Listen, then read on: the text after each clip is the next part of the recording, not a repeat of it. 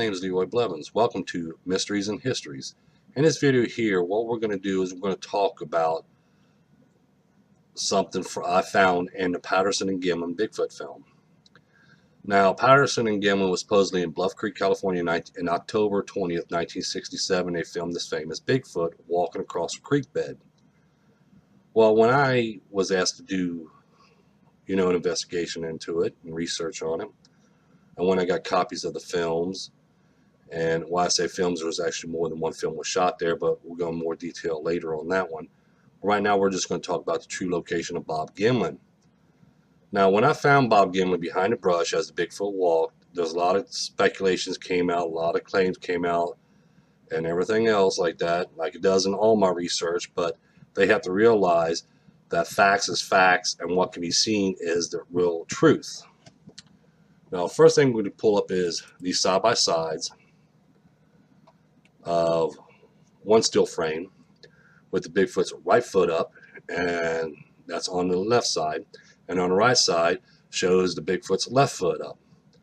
Now, when I found Bob Gimlin behind a brush, I wanted to make sure that it was Bob Gimlin or even a person behind the brush in the film. As you see here, as you watch my cursor, if we look over here, there is nobody there whatsoever.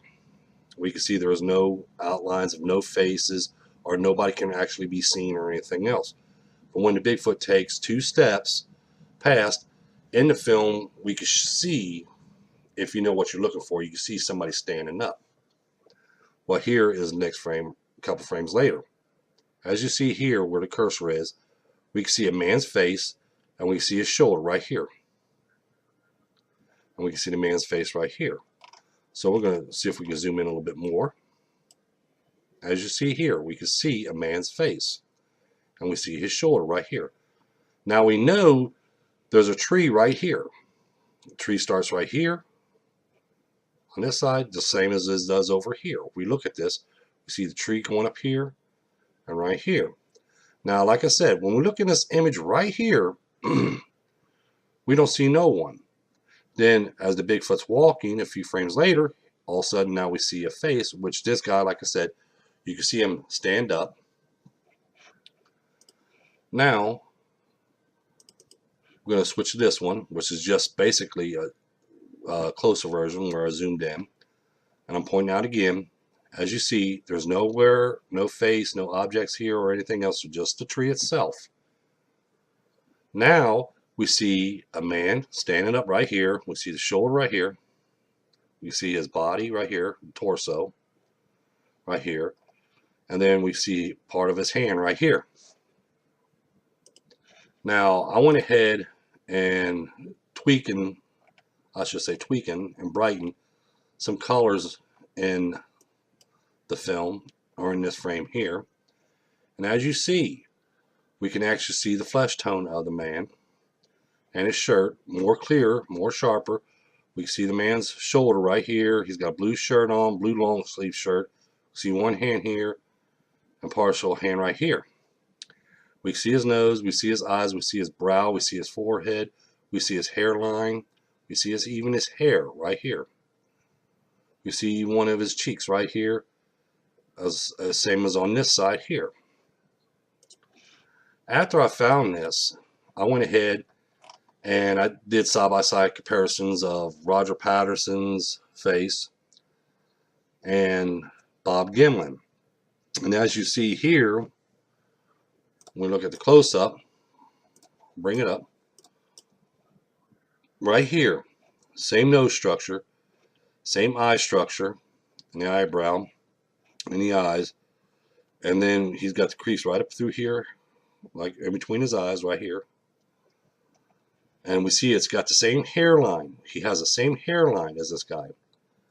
The man hiding behind the brush is, in fact, Bob Gimlin. It's not me coming up with a theory or another story. It's a pure fact. Bob Gimlin was behind the brush. Now, after I found this, I did some testing to find out how or why was Bob Gimlin that close to the Bigfoot as the creature walked. Well, what I did was I went ahead and placed, I should say. Let me try to open this one up here with photos. Okay. Here's, on this side here is the still frame from the PG film. And over here is test images that I've done in my test. What I did was I placed earplugs in, and I did a walk, like I pretend like I had a headpiece on. Now, when I did this, because I had a cameraman was standing far back from us, and when he said action, I couldn't hear him. Couldn't hear him whatsoever. So my nephew Timmy went ahead and stood behind the brush, and then when my other nephew Jimmy, which is his twin brother, said action, Timmy yelled out action, and I can hear him because he's close to me, and I started walking. This is why Bob Gimlin was behind the brush, because of the pure simple fact of it is, with a headpiece on, you cannot hear that far from you. So you have to have somebody close to you in order to hear them to say when you walk and when you stop and everything else when you're doing a filming. That's why in the Bigfoot film, if you watch it thoroughly and you analyze it, you'll see the Bigfoot stop. In the beginning, he's just standing there, and all of a sudden he starts walking. Then he stops again, same as when he goes in the second sequence. So Bob Gimlin was behind the brush, as you see here, photographic evidence of him behind the brush. And my test results shows that you have to have somebody close to you in order to hear when you're inside that Bigfoot suit. Now, when I brought this out, when I first brought it out, I want to go into a little bit more on it. People says, oh, well, it couldn't have been, if that was Bob Gimlin, he would have to be 20 or 30 feet tall because, you know, that Bigfoot's like 40 feet away from that tree. So again, I went back and did more testing. I measured myself just 30 feet from a tree that was in my yard.